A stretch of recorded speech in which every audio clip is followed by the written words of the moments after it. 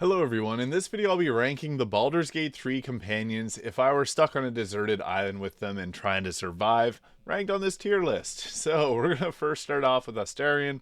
Now, I have nothing against vampires, but I feel like out of all the companions in Baldur's Gate 3, if I was stuck on a deserted island, I'd probably want to be stuck on at least with a vampire.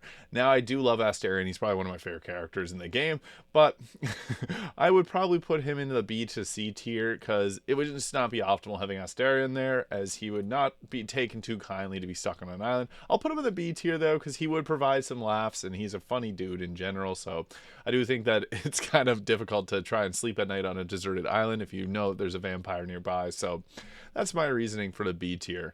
Next, we got Gail. Now, I think that Gail would be a great person to have on an island because he's goofy, dorky, and a wizard. So he does know a lot of different things about magic. So I feel like that'd be a nice thing to have on an island. Maybe he could make build conjured wood or something to create a ship.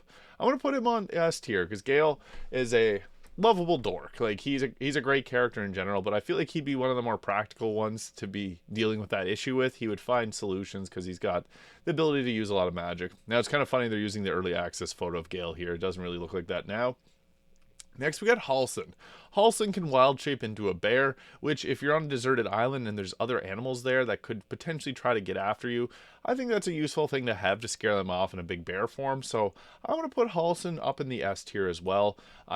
Halson's not my most favorite character in the game. Like, I do prefer Astarion way more than I prefer Halson, but I think that he's just the most useful if we were stuck on a deserted island because he's, big and strong, so he could, cut down trees, help create shelter. And also the wild shape forms are very useful, so you can change into a bear and scare off enemies, so that's helpful. Next we got Jara, and I think same deal with Jara. She's not as strong as Halson, but I'll put her just below there. She does have wild shape forms, and she's got a lot of stories. I think that's what Jara brings most to it, is she's got a good sense of humor and being able to tell, I guess, campfire stories while we're, stranded on a deserted island. I think she'd be a great option to have around. Jara's awesome, definitely an underrated character, and if you don't use her, I would say you should use Jara. She's awesome. She has some cool interaction with Dark Urge too, which I thought was a lot of fun. So Jara is a really great character overall, and same deal as Halson. Having a druid around, they have the ability to do magic, so they can create a campfire.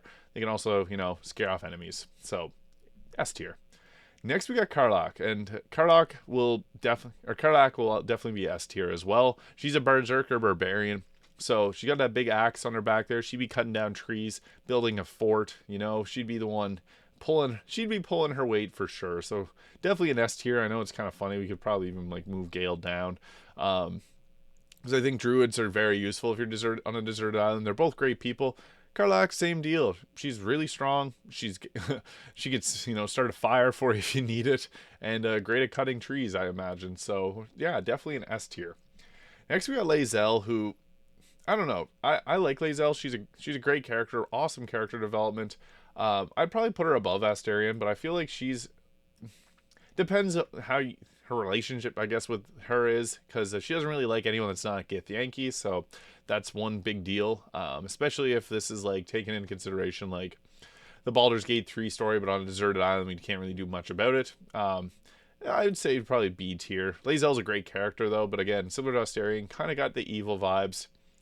Minsk next. I think Minsk is awesome, and Buu would definitely have a solution for us to get off the island. If it's Minsk and Buu, S tier. If it's Minsk without Buu, I don't know what he'd provide other than just humor, but Minsk is an awesome character. I might put him in the A tier.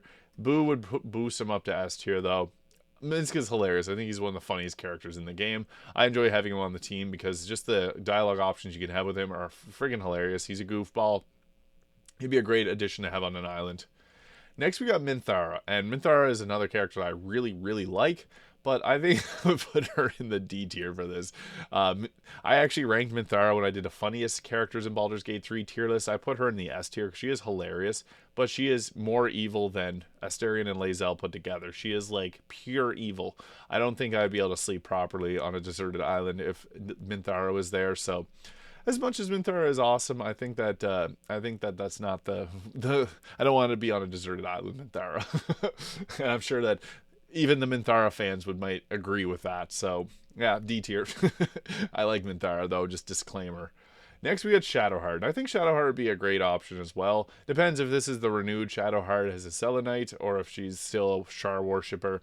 Shar Worshipper, she'd probably go around B tier, but we're going to give her the benefit of the doubt and say that she's reclaimed her lost innocence there and became, we'll say, Act 3 Shadowheart. I'd put her in the A tier because she's got actually a pretty good sense of humor, so like having her around would be nice, especially as she's a bit nicer in this part of the game. So I think that that would be good to have. But if it was at the start of the game, she'd probably be like a B tier option as well. Like not, I wouldn't hate it. It wouldn't be as scary as Menara, but yeah, I think if we're going with the newer version of with Shadowheart, that she'd probably go a little bit higher.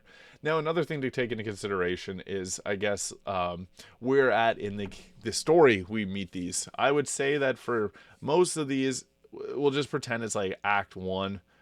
So if that was true, Shadowheart would probably be like top of B tier, but she redeems herself, so then that's where I would put her up into the A tier.